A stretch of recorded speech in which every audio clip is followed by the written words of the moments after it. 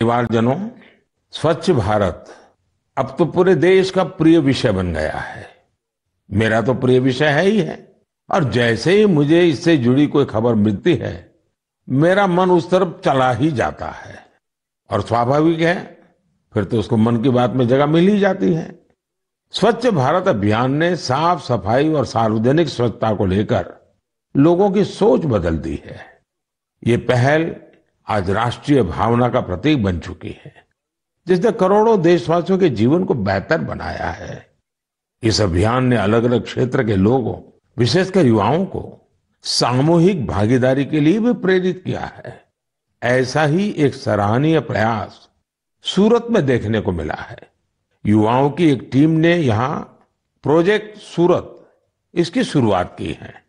इसका लक्ष्य सूरत को एक ऐसा मॉडल शहर बनाना है जो सफाई और सस्टेनेबल डेवलपमेंट की बेहतरीन मिसाल बने। सफाई संडे के नाम से शुरू हुए इस प्रयास के तहत सूरत के युवा पहले सार्वजनिक जगहों और डुमस बीच की सफाई करते थे।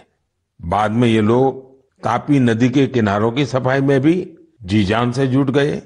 और आपको जानकर के खुशी होगी, देखते ही देखते इससे जुड़े लोगों की संख्या 50,000 से ज्यादा हो गई है।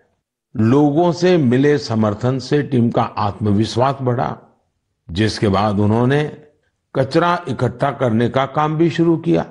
आपको जानकर हैरानी होगी कि इस टीम ने लाखों किलो कचरा हटाया है। जमीनी स्तर पर किए गए ऐसे प्रयास बहुत बड़े बदलाव लाने वाले होते हैं। साथियों, गुजरात से ही एक और जानकारी आई है। कुछ सप्ताह पहले वहां अंबाजी में भादरवी पूनम मेले का आयोजन किया गया था। इस मेले में 50 लाख से ज्यादा लोग आए। ये मेला प्रतिवर्ष होता है। इसकी सबसे खास बात ये रही कि मेले में आए लोगों ने गब्बर हिल के एक बड़े हिस्से में सफाई अभियान चलाया। मंदिरों के आसपास के पूरे क्षेत्र को स्वच्छ रखने का यह अभियान बहुत प्रेरणादायी है। साथियों, मैं हमेशा कहता हूं कि स्वच्छता कोई एक दिन या एक सप्ताह का अभियान नहीं है, बल्कि ये तो जीवन में उतारने वाला काम है। हम अपने आसपास ऐसे लोग देखते भी हैं जिन्होंने अपना पूरा जीवन स्वच्छता से जुड़े विषयों पर ही लगा दिया। तमिलनाडु के कोयम्बटूर में रहने वाले लोगानाथन जी भी बेमिसाल है।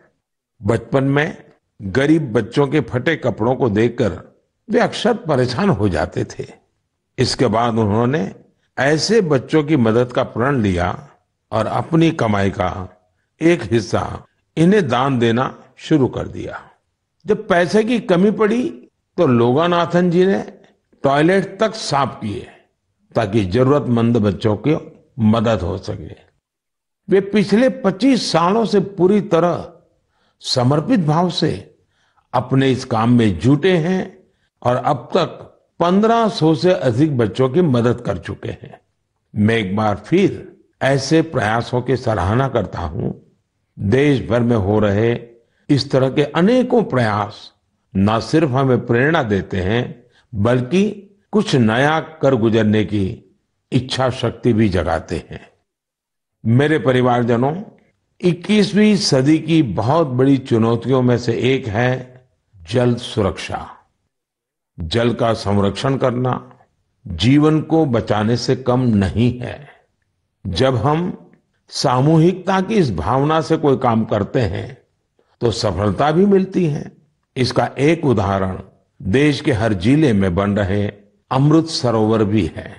अमृत महोत्सव के दौरान भारत ने जो 65,000 से ज्यादा अमृत सरोवर बनाए हैं, वो आने वाली पीढ़ियों को लाभ देंगे। अब हमारा ये भी दायित्व है कि जहां जहां अमृत सरोवर बने हैं उनकी निरंतर देखभाल हो, वो जल संरक्षण के प्रमुख स्रोत बने रहें। साथियों, जल संरक्षण की ऐसी ही चर्चाओं के बीच मुझे गुजरात के अमरेली में हुए जल उत्सव का भी पता चला। गुजरात में 12 मास बहने वाली नदियों का भी अभाव है। इसलिए लोगों को ज्यादातर बारिश के पानी पर ही निर्भर रहना पड़ता है। पिछले 20-25 साल में सरकार और सामाजिक संगठनों के प्रयास के बाद वहां की स्थिति में बदलाव जरूर आया है और इसलिए वहां जल उत्सव की बड़ी भूमिका है। अमरेली में हुए जल उत्सव के दौरान जल संरक्षण और झीलों के संरक्षण को लेकर लोगों में जागरूकता बढ़ाई गई। इसमें वाटर स्पोर्ट्स को भी बढ़ावा दिया गया। वाटर सिक्योरिटी के जानकारों के साथ मंथन भी किया गया। कार्यक्रम में शामिल लोगों को तिरंगे वाला वाटर फाउंटेन बहुत पसंद आया। इस जल उत्सव का आयोजन सूरत के डायमंड बिजनेस में नाम कमाने वाले सब्जीभाई धोड़किया के फाउंडेशन ने किया। मैं इसमें शामिल प्रत्येक व्यक्ति को बधाई देता हूं। जल संरक्षण के लिए ऐसे ही काम करने की शुभकामनाएं देता हूं। मेरे परिवारजनों, आज दुनिया भर में स्किल डेवलपमेंट के महत्व को स्वीकार्यता मिल रही है। जब हम किसी को कोई स्किल सिखाते हैं तो उसे सिर्फ हुनर ही नहीं देते बल्कि उसे आय का एक जरिया भी देते हैं। और जब मुझे पता चला कि एक संस्था पिछले 4 दशक से स्किल डेवलपमेंट के काम में जुटी है तो मुझे और भी अच्छा लगा। ये संस्था आंध्र प्रदेश के श्रीकाकुलम में है और इसका नाम बेल्जीपुरम यूथ क्लब है। स्किल डेवलपमेंट पर फोकस कर बेल्जीपुरम यूथ क्लब ने करीब 7,000 महिलाओं को सशक्त बनाया है। इनमें से अधिकांश महिलाएं आज अपने दम पर अपना कुछ काम कर रही है। इस संस्था ने बाल मजदूरी करने वाले बच्चों को भी कोई ना कोई हुनर सिखाकर उन्हें उस दुष्चक्र से बाहर निकालने में मदद की है। बेल्जीपुरम यूथ क्लब की टीम ने किसान उत्पाद संघ यानी एफपीओ से जुड़े किसानों को भी नई स्किल सिखाई, जिससे बड़ी संख्या में किसान सशक्त हुए हैं। स्वच्छता को लेकर भी यह यूथ क्लब गांव-गांव में जागरूकता फैला रहा है। इसने अनेक शौचालयों का निर्माण की भी मदद की है। मैं स्किल डेवलपमेंट के लिए इस संस्था से जुड़े सभी लोगों को बहुत बहुत बधाई देता हूं, उनकी सराहना करता हूं। आज देश के गांव-गांव में स्किल डेवलपमेंट के लिए ऐसे ही सामूहिक प्रयासों की आवश्यकता है।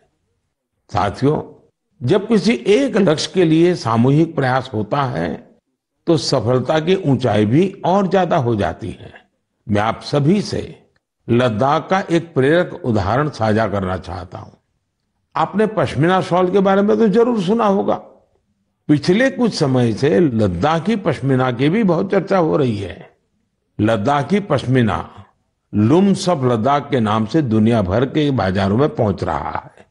आप ये जानकर हैरान रह जाएंगे कि इसे तैयार करने में 15 गांवों की 450 से अधिक महिलाएं शामिल हैं। पहले वे अपने उत्पाद वहां आने वाले पर्यटकों को ही बेचती थी, लेकिन अब डिजिटल भारत के इस दौर में उनकी बनाई चीजें देश दुनिया के अलग अलग बाजारों में पहुंचने लगी हैं। यानी हमारा लोकल अब ग्लोबल हो रहा है और इससे इन महिलाओं की कमाई भी बढ़ी है।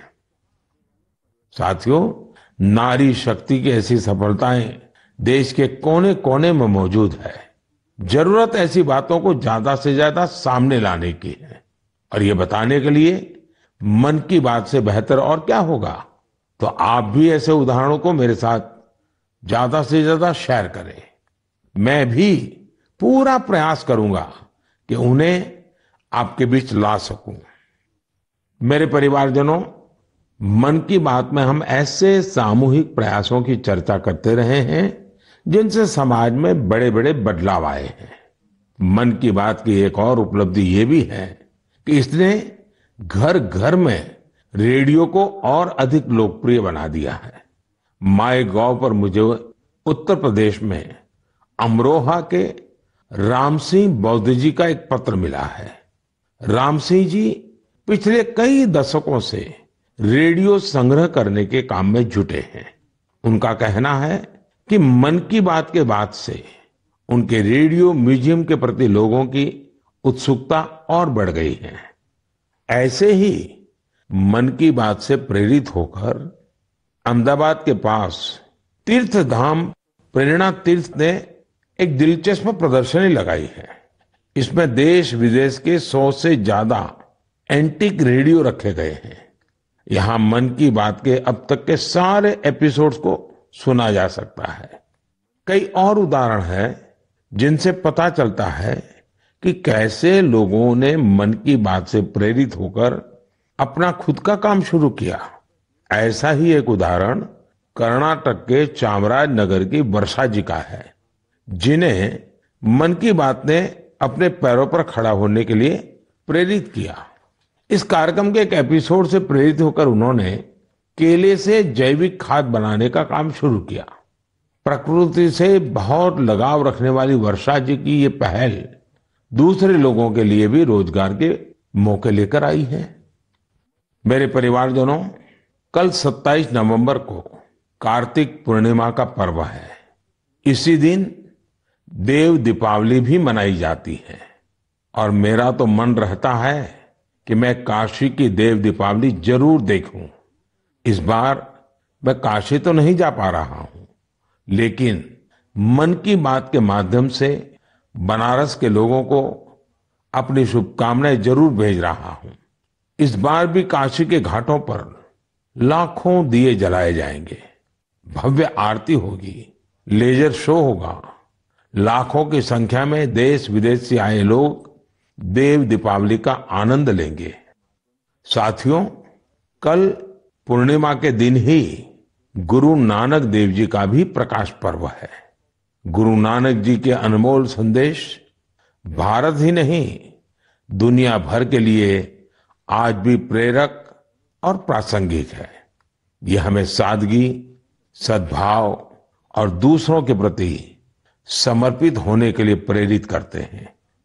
गुरु नानक देव जी ने सेवा भावना, सेवा कार्यों की जो सीख दी, उसका पालन हमारे सिख भाई बहन पूरे विश्व में करते नजर आते हैं। मैं मन की बात के सभी श्रोताओं को गुरु नानक देव जी के प्रकाश पर्व की बहुत बहुत शुभकामनाएं देता हूं। मेरे परिवारजनों, मन की बात में इस बार मेरे साथ इतना ही। देखते ही देखते 2023 समाप्ति की तरफ बढ़ रहा है और हर बार की तरह हम आप ये भी सोच रहे हैं कि अरे इतनी जल्दी ये साल बीत गया। लेकिन ये भी सच है कि ये साल भारत के लिए असीम उपलब्धियों वाला साल रहा है और भारत की उपलब्धियां हर भारतीय की उपलब्धि है। मुझे खुशी है कि मन की बात भारतीयों की ऐसी उपलब्धियों को सामने लाने का एक सशक्त माध्यम बना है।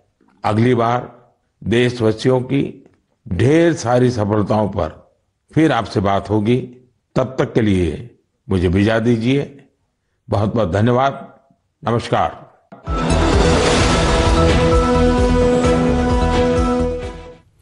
તો મહત્વનું છે કે પીએમ મોદીએ મનની વાત કરી, જે પ્રકારથી અલગ અલગ શહેરોનો પણ તેમણે ઉલ્લેખ કર્યો, ખાસ કરીને ગુજરાતના શહેરોની તેમણે વાત કરી।